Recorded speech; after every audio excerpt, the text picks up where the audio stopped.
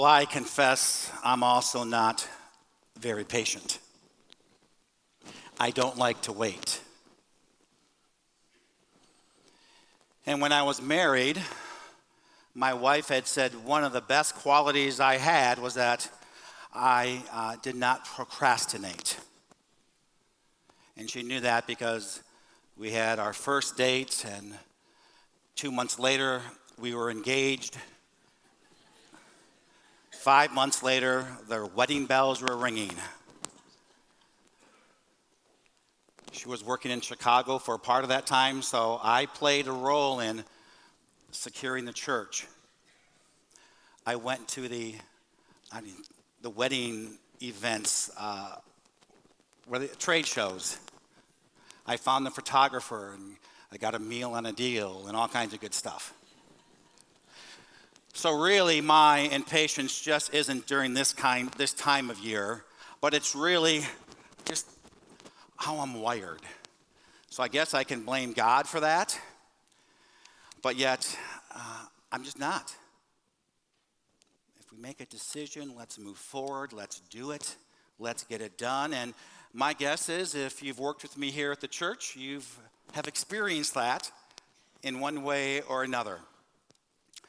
And so we continue to work our way through this season called Advent, where we are obviously remembering the past and we have a hope for the future. And we're going to look a little bit today at what some of the prophets said over 2,000 years ago about this birth of Jesus. And we're going to see how it's been predicted through the scripture. And we're going to see that in the Old Testament, there was a guy named Isaiah. And in chapter 9 in Isaiah, we read, "He will be called Wonderful Counselor, Mighty God, Everlasting Father, Prince of Peace." In the New Testament, the father of John the Baptist, the brother of Jesus, Zechariah spoke these words in Luke. He will give light to those who sit in darkness and in the shadow of death to guide our feet into the way of peace. And the verse many of us know from the Christmas story in Luke, "Glory to God in the highest, and on earth peace and goodwill toward men." And then Matthew tells us in the New Testament as well. Matthew wrote the first book in the New Testament. He says, "Blessed are the peacemakers, for they will be called children of God." And those are some of the words, the first words of Jesus in his ministry. Blessed are the peacemakers, for they will be called children of God. And in the midst of a storm, as the disciples faced persecution and uncertainty and fear, and they were in this boat and things were pretty rocky, things were not secure in any sense of the imagination, and Jesus commanded. And I think at times you want to skip over that word commanded, and some of our current leadership philosophies, we would like to say maybe he collected he led by consensus. He collaborated with all the disciples before he said something. No, he didn't do that. He commanded the waves and the winds to be at peace. He says, "Peace, be still." He didn't just dance around the issue. He called out to all of nature, and nature responded. And the wind died down, and there was a complete calmness there. And then when he was about to leave the earth, so from before he was born to the moments he was leaving, he says this in John 14, "Peace I leave you, my peace I give you. I do not give as the world gives to you. Let not your hearts be troubled, neither let them be afraid." And so today we have lit the peace candle on this Advent wreath, which again is a symbol, as baptism was earlier, a symbol. The Advent wreath is a symbol, something tangible to help us remember our faith journey. And so last week we talked about what? Good job. Mark, they listened. They remembered. Some of them did. No, we talked about hope. This week we transition and also talk about peace. Jesus came to give peace, and he came to give it to a very lost and desperate and hurting world. And as you read through the Bible, it's like they weren't on easy street back then.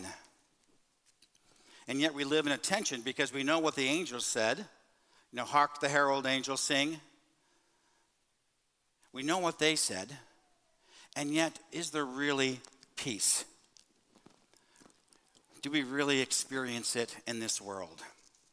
I mean, you can just look at the headlines. You can watch the TV, and you are going to see images of war, images of famine, images of murder and social unrest. There are natural disorders that are really just causing havoc with not just our country, but around the world. And so as we look at these images, as we realize, is there really peace? Was that a part of the puzzle for the end of the world versus what you and I live through today? And so what do we do, people? What do we do with the tension? With the tension that Jesus came to give peace, he announced it, he told us about it, and yet in our world, it's hard to see that there's no peace, or there appears to be no peace. And so one response in how we wrestle with this is that maybe we just don't care enough. Maybe we're just not the people who really care about peace to make it happen. A legitimate question. And as I think about that, I think, again, that just my question is influenced by our own culture. It's as if we have to figure out what it means to have peace. We have to be the one to create it. Again, even that statement isn't quite right, that what are we doing to make peace happen? And I just think we just need to be careful in that in our culture, in our society, in our all-sufficient, I can do it all, I can make things happen, I'm not patient, so I can make things happen, that we don't slip into the easy mindset that peace is left up to me. That what happens on this whole idea of peace for the world isn't dependent on Juno. It doesn't start with you. It really starts with Jesus.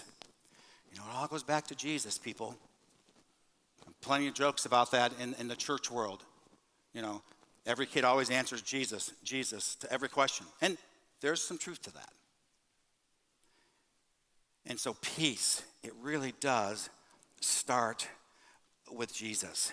And yet I know 45 years ago, I was in the high school choir, believe it or not. And we had this song we sang that I even question today the theology of it. Some of our younger people, I'm not going to point fingers, some of our younger people may not know it, but some of our mature believers may. You know that song? Let there be peace on earth, and let it begin with me. Let there be peace on earth, the peace that was meant to be. With God as our Father, brothers all are we. Let me walk with my brother in perfect harmony. Peace doesn't start with me. I'm not going to quit my day job, trust me. People, it does not start with us.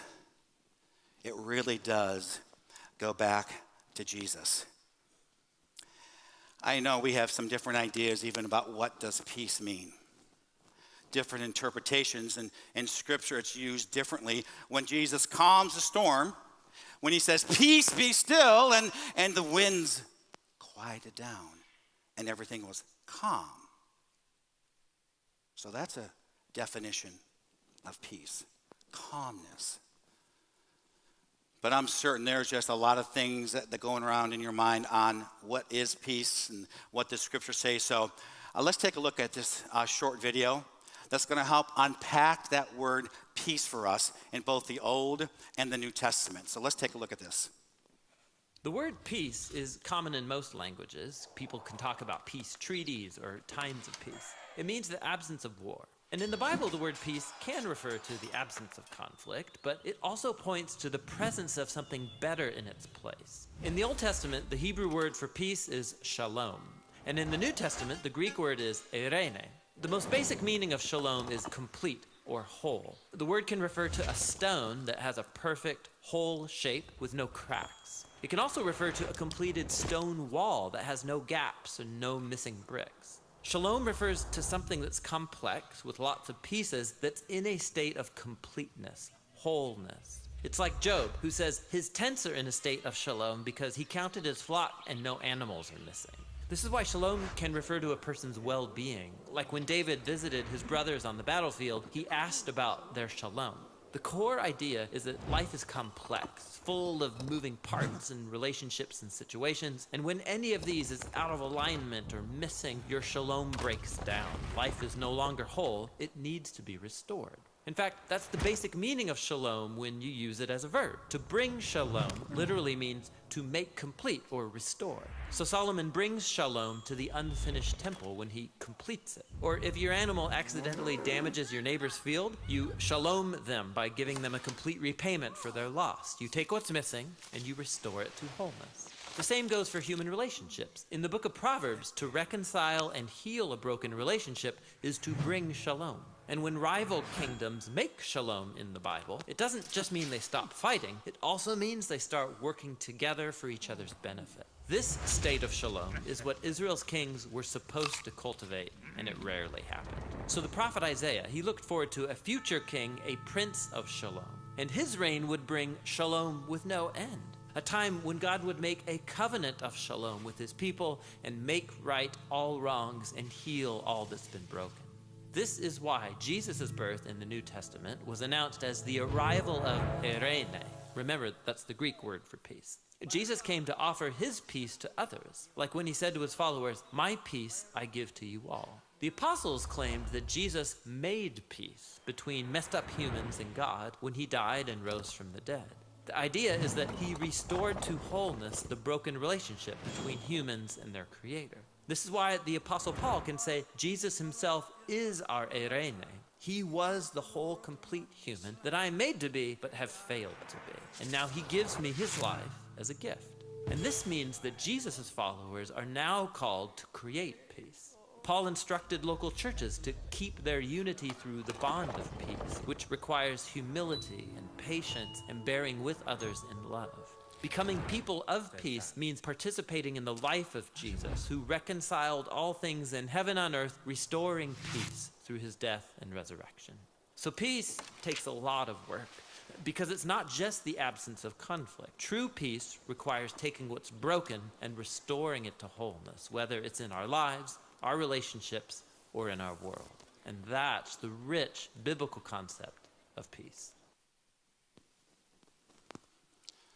Last week, Mark talked about hope. Again, our hope is founded in who Jesus is. This week, again, I've been talking about peace. Our peace comes from who Jesus is. But we just can't leave it that he was a historical figure that walked this earth and did some good things. But we need to be able to respond to this Jesus. Respond to Jesus personally, not through me as your pastor or through your life group leader or through your parents, but you, each and every one of you, need to respond to this Prince of Peace so that you can experience what shalom is really about. And so peace is really that right relationship with God. Again, and it comes not just from doing things, but it comes from opening our hearts to this Prince of Peace. Now, we do not make a right relationship with God based on what we do. It's really based on Jesus. And again, we can get so confused by that. We can have this peace not because you've completed a checklist of things, but because you've opened your heart to the Prince of Peace, to the King of Kings, to the Lord of Lords. And that your peace, my peace, your peace, is not dictated by our outward circumstances. And it's easy for us to get stuck into that mentality that things are not good because our life isn't good. This Advent time, this time of preparing and waiting, maybe it's time for those of you who have already opened your hearts to Jesus, maybe it's time for you to rekindle that relationship. And that's okay. That's natural. For those of you who are married, there are times when you need to rekindle that marriage relationship. It doesn't mean you were never married. Some of you may wish that at times. What it probably means is that if you're feeling that way, is that it's time to rekindle it, somehow to reconnect, whether that's emotionally and spiritually and yes, physically, that needs to happen. Your peace doesn't come from just because you have a good network of friends. Peace doesn't happen because of your 401k, what you drive, or where you live. Because, again, the older we get, the more we understand and realize that in an instant, it can all be gone. We experience that as we watch the TV about the fires. In an instant, in a way that they can't even control the home people have had. Everything they own in life on this side of eternity, everything is gone. And yet, I would say, they indeed, if they've opened their heart to Jesus, they have peace. It doesn't mean they're not sad. And there's obviously a grieving process involved with everything that happens in life. But they can still be at peace despite a tremendous storm in their life. Again, Jesus is our peace. He is the creator of it, not us, not the United States, not other countries, not rulers, not presidents. Again, let me say this, we didn't have peace with Obama, we don't have it with Trump, and we're not going to have it with whoever's going to be later. Our country does not dictate our peace. And when we fall into that category, we are walking on some shaky grounds. But our peace comes again from Jesus. Again, let me repeat from John 14 what I shared earlier. Peace I leave you, my peace I give you. I do not give as the world gives to you. Let not your hearts be troubled, neither let them be afraid. Again, we are wired and we are geared to set goals. Peace doesn't come from a 12-step process. Peace doesn't come because I've laid out my plans for the next 3 months and things will go just right. Peace doesn't happen because there are no unpleasant circumstances in my life or in your life. Again, it's not accomplished by your education. It's not accomplished when you have a baby. Part of peace you can just throw right out the window for a while. It is accomplished through Jesus. It is a gift from God.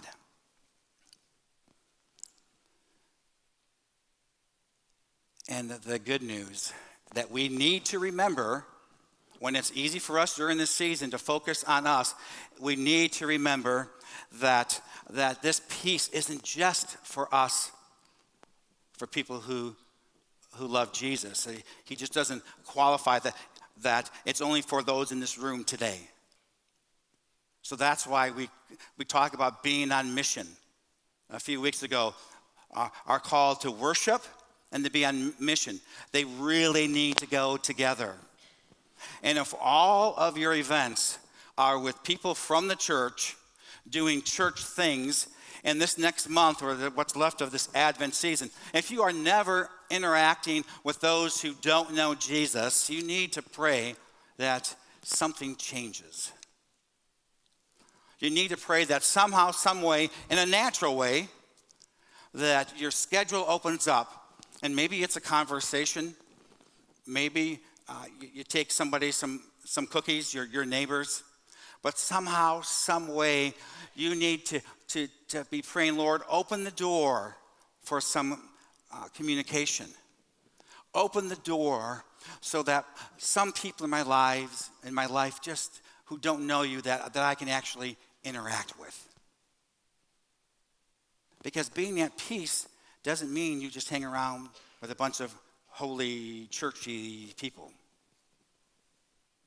And those of you who have been around realize, yeah, at times that isn't going to give me peace either.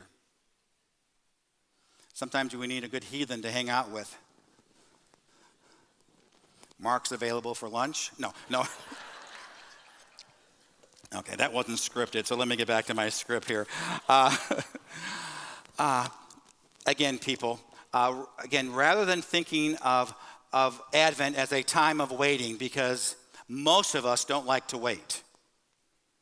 Most of us don't like to wait. Maybe think of Advent as a time of transition.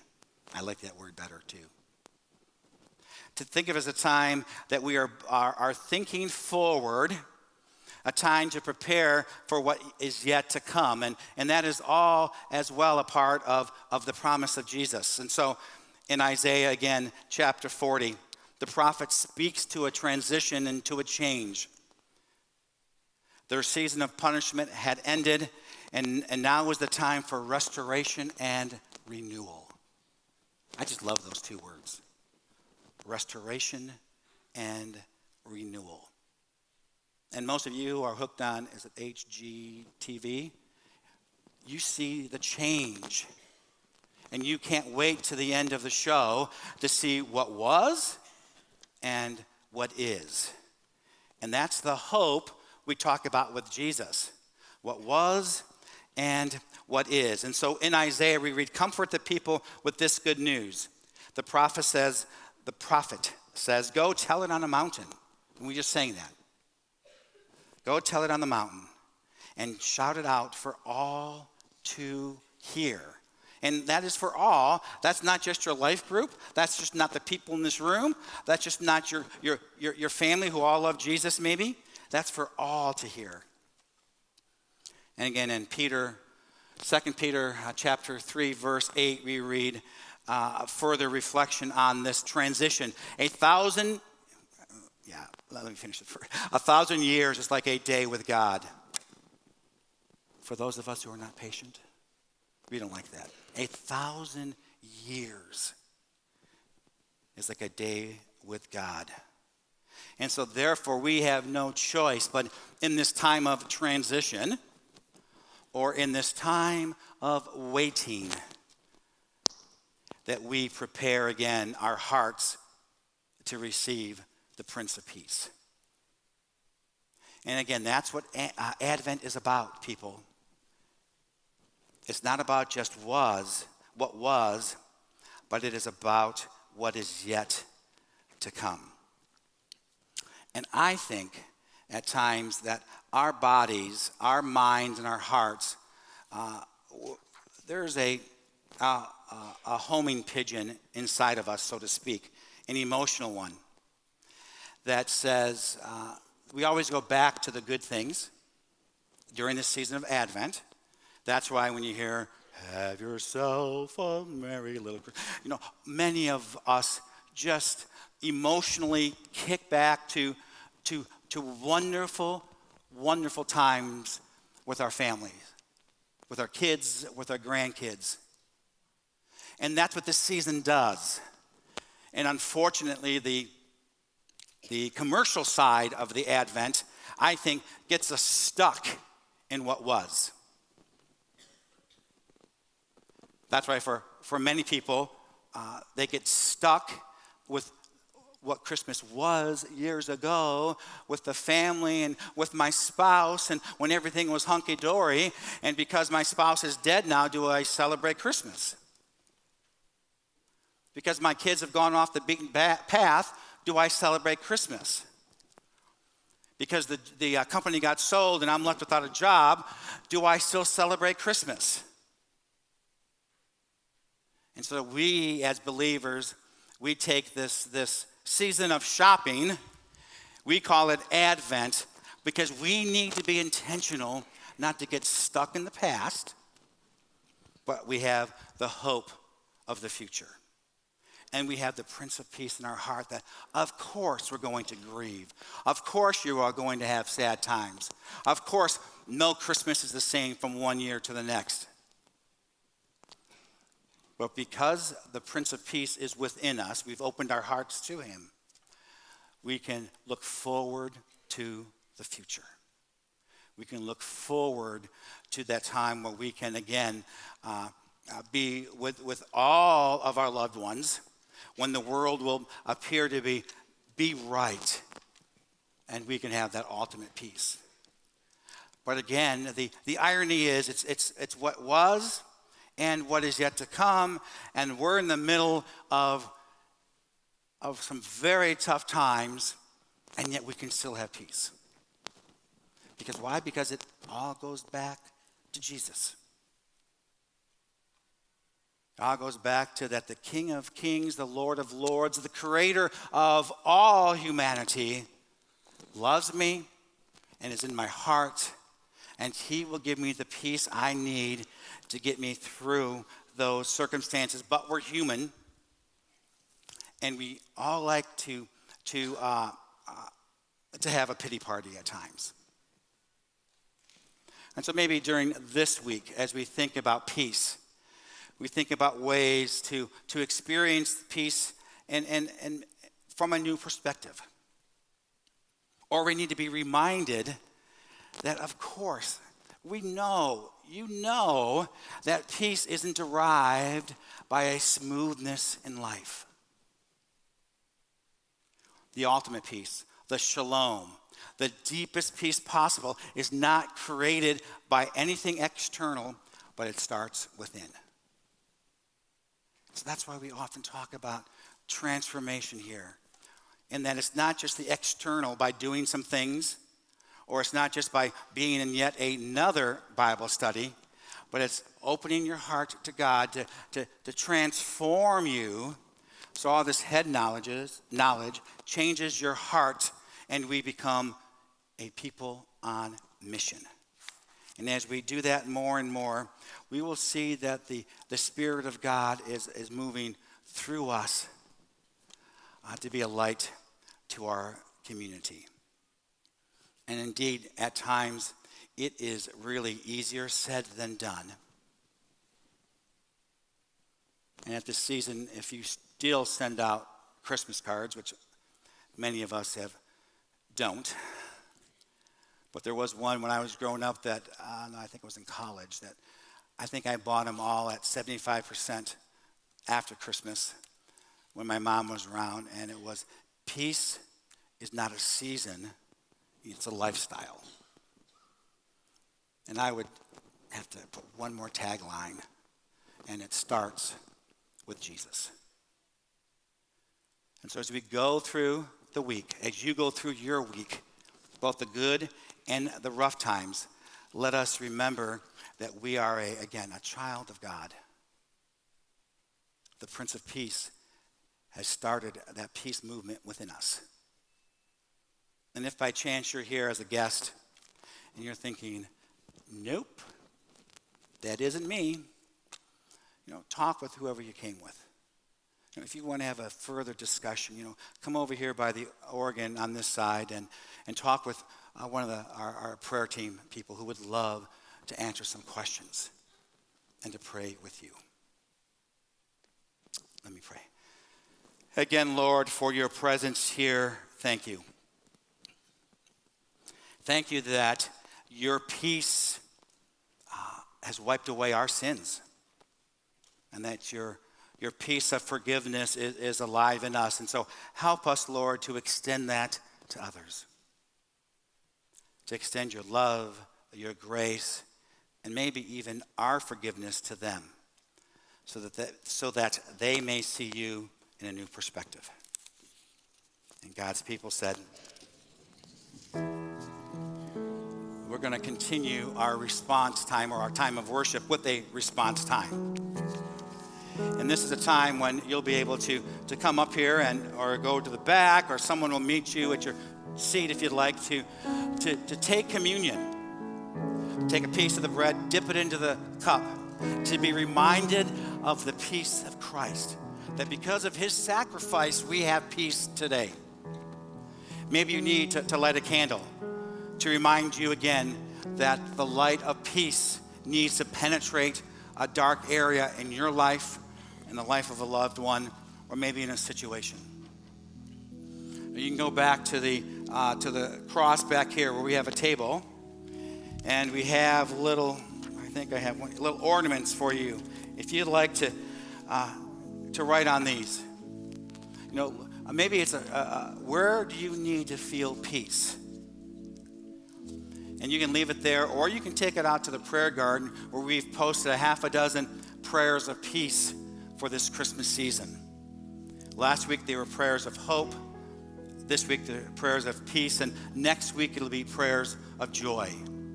And so be intentional to slow your pace down and to stroll through the prayer gardens and think of where do you need to experience the peace of Christ. And if by chance you have not opened your heart to Jesus, we're glad you're here. And so talk with whoever brought you. And if you just happen to stop by because you saw this great new paint job and you're thinking, hey, that's a nice church, come over here and talk with one of our prayer partners. They would love to engage in a conversation and to pray with you. And we also respond by the giving of our offerings. Your giving here helps us to be New Life for the City. Your extra giving after this out at the Christmas festival is to help us take it well beyond Artesia and Cerritos and Bellflower, but throughout the world.